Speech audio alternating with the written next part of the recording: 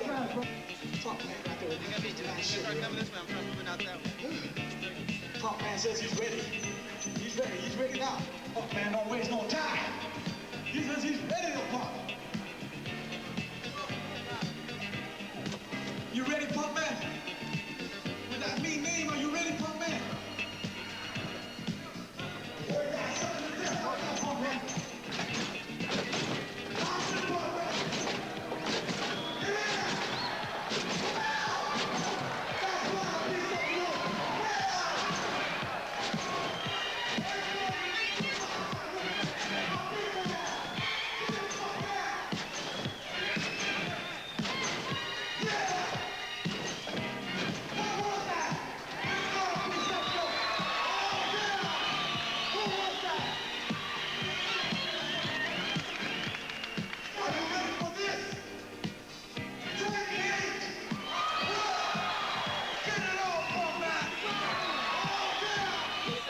Using hydraulics on passenger cars is illegal in California, but this law and other so-called lowrider violations are enforced selectively. My reason for stopping somebody is if I see them popping. See, once they've brought their vehicle up and down, there's another section in the vehicle code that states anytime they've done that, what they've done is ruin the stability and the alignment of their front wheels, and it becomes an unsafe vehicle. Few people claim that the lowriders themselves cause problems. It's more that the cars and the social scene attract other people who cause problems, and then the lowriders are blamed for the whole situation. They're very protective of the vehicles because they have so much money involved in invested in those vehicles, and you don't see the lowriders becoming involved in fights. San Jose is one of the few cities in the Southwest where some sort of understanding has been reached between lowriders and police. In other cities, police have closed streets and made mass arrests in order to discourage cruising. Where this officer saw you went over container? Right here. In San Jose, at least, the weekly cruise at Story and King on the city's east side has been allowed to continue. Police still write lots of tickets for hydraulics and undersized tires and acknowledge that the tickets are a way of putting pressure on the lowriders. Again, we were talking about making this an unattractive place for people to come to because of people's negative feelings about King and Story. And that's one of the means of doing it. The feeling is, I don't know if we could totally end this. But if we can't totally end it, let's try and make it as best as possible. Is the intention really to stop lowriding? We would like to stop the problem at King and Story. I would love to take you to one of the meetings we've had with the neighbor groups here. Oh no, they would. I've had people just ask to please have voluntary badges and just make me a deputy. I'll go out there and I'll start, quote, I'll beat the hell out of those guys myself. But, so we try and calm them down, try and find a happy medium between them and the lowriders.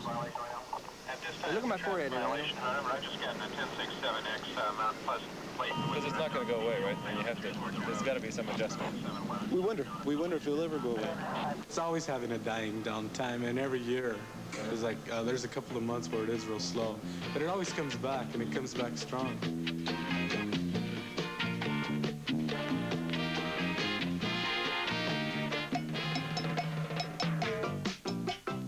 The rhythm of the cars is always accompanied by music. It could be funk, Latin jazz, or oldies.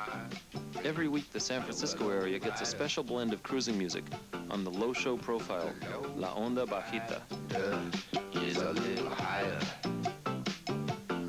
Cuba homies, this is La Onda Bajitas, Radio del Barrio, cruise to the best, música del pasado en Norte Califas. Molina llega, coming at you, in company con el loco Buster at the controls. La güera, el tecolote, DJ Little Alemán, y la ginger loca con la comandante of La Onda, the big ass himself, aquí nomás. Drives a little slower.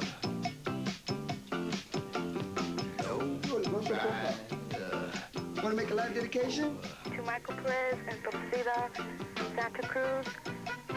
You really got a hold on me. From Lucis Gomez. This is La Ginger Loca and Toda Controla throwing out a special cubo to Charles Pan and ESO. Happy birthday, you Pan Killian. Woo! From todos tus primos y primas the west side of town. To Edgar Quiroz, stay crazy. It suits you, Esther, from La Güera Nomás. To la loca brown eyes, don't let nothing get you down. From la loquita, la sweetie, la tweetie. To todas mis primas de la sur, I feel good from la güera y la giggle. The great pleasure in life is doing what people say you cannot do.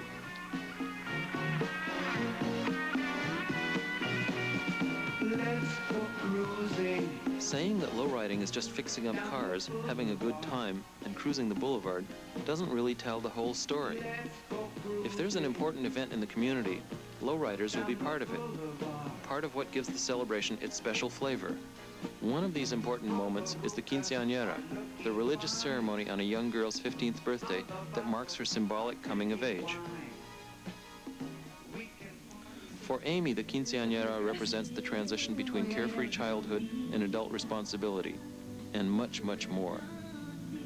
I'm celebrating a tradition that the Mexicans celebrated many years, and that it shows me how much my mom and my dad and my brothers care for me enough to do it for me.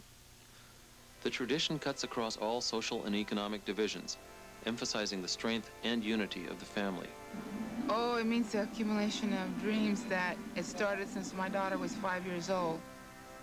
It goes back to the Aztec Indians when they presented their maidens to the tribe.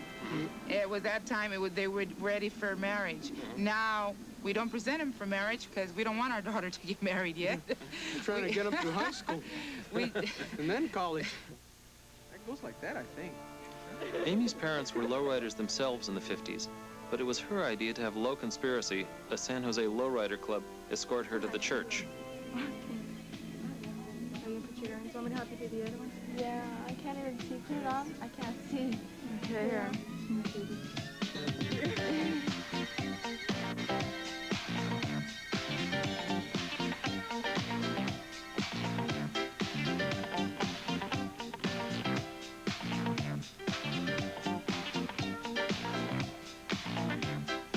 Oh, when they came, her heart just lit up, and she said, no matter what, this makes my day.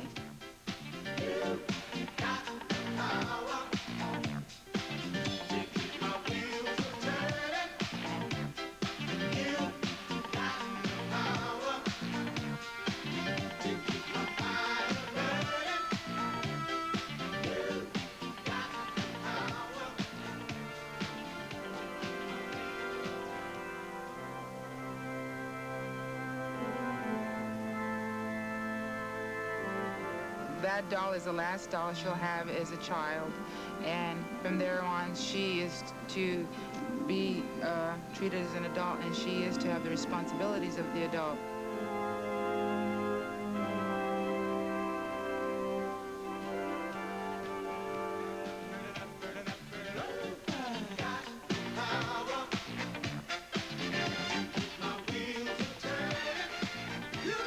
The Mass also was telling her that when she was a child, all those things as a child were done. Now she's going into womanhood and adulthood, and she will be having responsibilities, and people will be treating her as an adult, and she will be an example to others her age.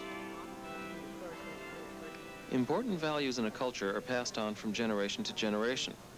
Just as the quinceañera is something for each new generation to experience, lowriding is also something that is passed on from father to son.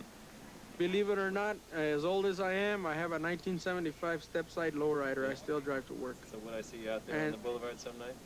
No, you won't see my kid driving it. Even though they see it as positive, Amy's parents understand where some of the negative feelings about lowriders come from. You have your cholos that hang out at the same places like